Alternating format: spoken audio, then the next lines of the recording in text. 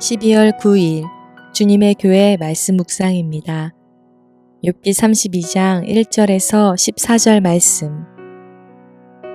욥이 자신을 의인으로 여김으로 그 세 사람이 말을 그치니 람종족 부스 사람 바라겔의 아들 엘리후가 화를 내니 그가 욥에게 화를 내면 욥이 하나님보다 자기가 의롭다 하미요. 또 세 친구에게 화를 내면 그들이 능히 대답하지 못하면서도 욥을 정죄함이라. 엘리후는 그들의 나이가 자기보다 여러 해 위임으로 욥에게 말하기를 참고 있다가 세 사람의 입에 대답이 없음을 보고 화를 내니라. 부스 사람 바라겔의 아들 엘리후가 대답하여 이르되 나는 연소하고 당신들은 연로함으로 뒷전에서 나의 의견을 감히 내놓지 못하였노라. 내가 말하기를 나이가 많은 자가 말할 것이요 연륜이 많은 자가 지혜를 가르칠 것이라 하였노라. 그러나 사람의 속에는 영이 있고 전능자의 숨결이 사람에게 깨달음을 주시나니 어른이라고 지혜롭거나 노인이라고 정의를 깨닫는 것이 아니니라.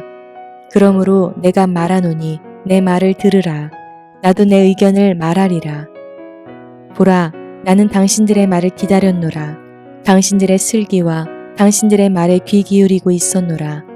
내가 자세히 들은즉 당신들 가운데 욥을 꺾어 그의 말에 대답하는 자가 없도다.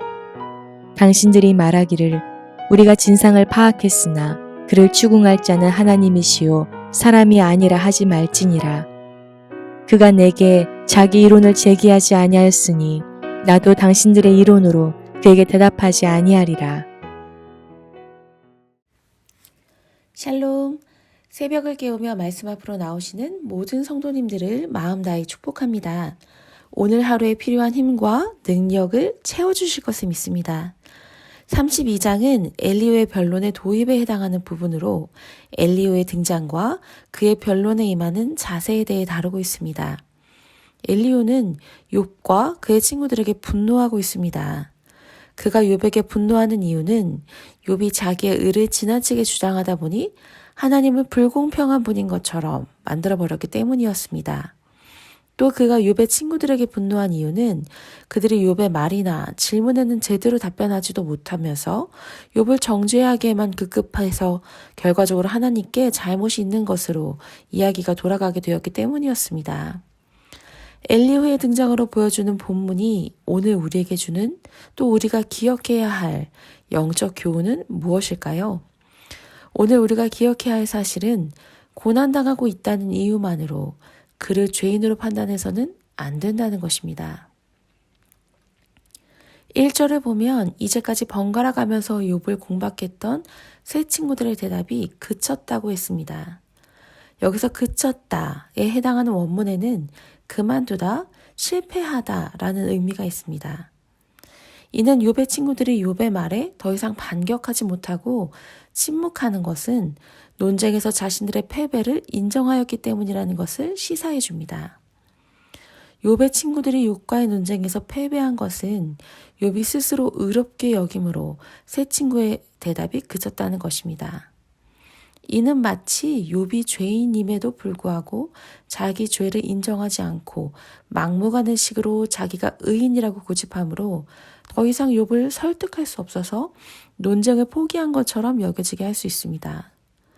그러나 욥의 친구들이 욥과의 논쟁에서 패배한 것은 욥이 죄인임에도 불구하고 자기를 의인이라고 주장하였기 때문이 아니라 그들이 욥의 고난을 원인을 잘못 이해한 상태에서 욥과의 논쟁에 임하였기 때문이었습니다.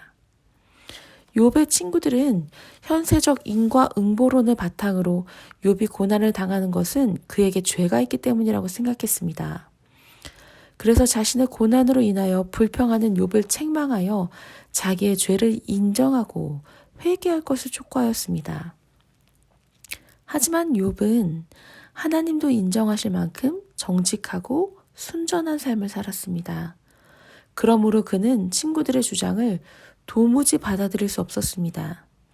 그래서 그는 자신의 고난의 원인이 죄에 있다는 친구들의 주장을 반박하며 자기의 의로움을 거듭 주장하였습니다.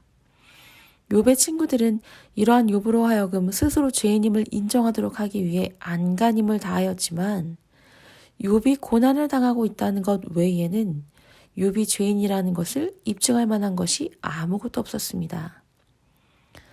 욥의 고난의 원인은 욥의 친구들이 생각한 것처럼 욥의 죄에 있지 않았습니다. 욥의 고난은 원대한 하나님의 뜻으로 말미암은 것이었습니다. 욥의 친구들은 하나님의 섭리를 인과응보론적 사고로만 이해해서 고난을 무조건 죄의 결과로 이해하였지만 하나님의 섭리는 그렇게 단순하지 않습니다. 사람들에게 임하는 고난 가운데 죄로 인한 것도 있지만 욥의 경우처럼 죄와 무관한 것도 있습니다. 이 세상에서는 의인이라도 하나님의 섭리 가운데 고난을 당할 수 있습니다. 예수님 시대의 사람들은 예수님의 고난 당하심을 보고 그는 징벌을 받아서 하나님께 맞으며 고난을 당한다고 생각하였지만 예수님은 죄도 허물도 찾을 수 없는 분이었습니다. 그는 단지 우리의 질고와 슬픔을 대신 당하신 것 뿐이었습니다. 그러므로 우리는 모든 고난이 죄에서 비롯된다고 생각하여 고난 가운데 있는 사람들을 함부로 판단해서는 안 됩니다. 사람을 판단하는 것은 사람의 몫이 아니라 하나님의 몫입니다. 우리는 고난당하는 사람을 볼 때 판단하고 정죄할 것이 아니라 모든 판단을 하나님께 맡긴 채 그를 불쌍히 여기고 동정하며 위로해야 합니다. 그래야 욥의 친구들이 범한 것과 같은 잘못을 범하지 않을 수 있습니다. 고난 가운데 있는 지체들을 바라볼 때 마음으로 그 아픔을 공감하며 함께 울고 함께 웃으며 세워져가는 주님의 교회, 주님의 사람 될 것을 믿습니다. 또 하나 오늘 우리가 기억해야 할 사실은 유익되지 않는 말이라면 침묵하는 것이 마땅하다는 것입니다. 1절입니다. 욥이 자신을 의인으로 여김으로 그 세 사람이 말을 그치니. 욥의 고난과 관련하여 세 친구는 명확한 증거도 없이 욥이 큰 죄를 지었기 때문에 하나님께 벌을 받은 것이라고 주장했습니다. 그러나 욥은 자신이 이렇게 극심한 고난을 받을 만한 죄를 지은 적이 없다고 변론하였고 그들의 논쟁은 지극히 무익한 것이 되고 말았습니다. 또 그러한 소모적인 논쟁은 욥에게 깊은 상처를 안겨주게 되었습니다. 사실상 욥은 하나님께서도 사단 앞에서 그의 정직함과 순전함을 자랑하실 만큼 의로운 사람이었습니다. 욥기 1장 8절입니다. 내가 내 종 욥을 주의하여 보았느냐. 그와 같이 온전하고 정직하여 하나님을 경외하며 악에서 떠난 자는 세상에 없느니라. 그런 욥에게 엄청난 고난이 찾아온 것은 세 친구의 말처럼 그의 죄 때문이 아니었습니다. 하나님의 놀라운 경륜과 원대한 뜻 가운데 하나님의 허락하심으로 욥에게 고난이 찾아온 것입니다. 그러나 욥의 친구들은 인과응보론적인 사고로만 해석하여 욥의 고난을 죄에서 그 원인을 찾음으로 욥을 위로하기 위해 왔음에도 불구하고 무익한 말로 욥을 더욱 괴롭게 하는 잘못을 범하고 말았습니다. 우리가 오늘 반드시 기억해야 하는 것은 우리의 말이 유익되지 않을 때는 침묵해야 한다는 것입니다. 유익되지 않는 말이 반드시 그릇된 말이거나 틀린 말은 아닙니다. 하지만 그릇되지 않은 말이고 옳은 주장이라고 할지라도 상황에 따라서는 유익되지 않고 오히려 해가 될 수 있습니다. 그런 경우에는 비록 옳은 주장이라고 할지라도 침묵하는 것이 마땅합니다. 잠언 25장 11절입니다. 경우에 합당한 말은 아로 새긴 은쟁반의 금사관이라. 여기서 합당한 말이란 모든 옳은 주장을 의미하지 않습니다. 사실 욥의 친구들의 말 중에 대부분은 옳은 말이었습니다. 그 자체로만 보면 진리라고 할 수 있는 것이 대부분이었습니다. 그러나 그들의 말이 욥에게 유익되지 않은 것은 상황에 맞게 나온 말이 아니었기 때문입니다. 하고 싶은 말이 있어도 끝까지 참을 줄 아는 것. 이것이 참된 용기요, 인내입니다. 무익한 논쟁은 안 하는 것이 더 낫습니다. 그것은 사람의 마음에 깊은 상처를 남기며 화목한 대인 관계를 깨뜨리고 끝내는 상대방으로 하여금 끝없는 좌절과 절망감에 빠지게 하는 독소입니다. 탈무드에 보면 침묵은 어진 자를 더 한층 현명하게 한다. 그러므로 어리석은 자는 침묵이 얼마나 귀중한 것인지 헤아릴 수 없다. 라고 했습니다. 실로 무익한 말보다 침묵이 훨씬 가치가 있습니다. 입술에 파수꾼을 늘 세워 유익되지 않은 말을 멈추고 침묵을 실천함으로 사랑을 하는 주님의 교회, 주님의 사람 될 것을 믿습니다. 기도하겠습니다.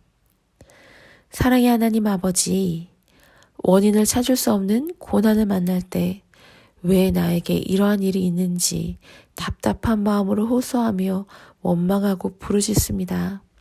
그러나 주님, 우리의 작은 머리로 놀라운 하나님의 섭리를 도저히 이해할 수 없음을 고백합니다.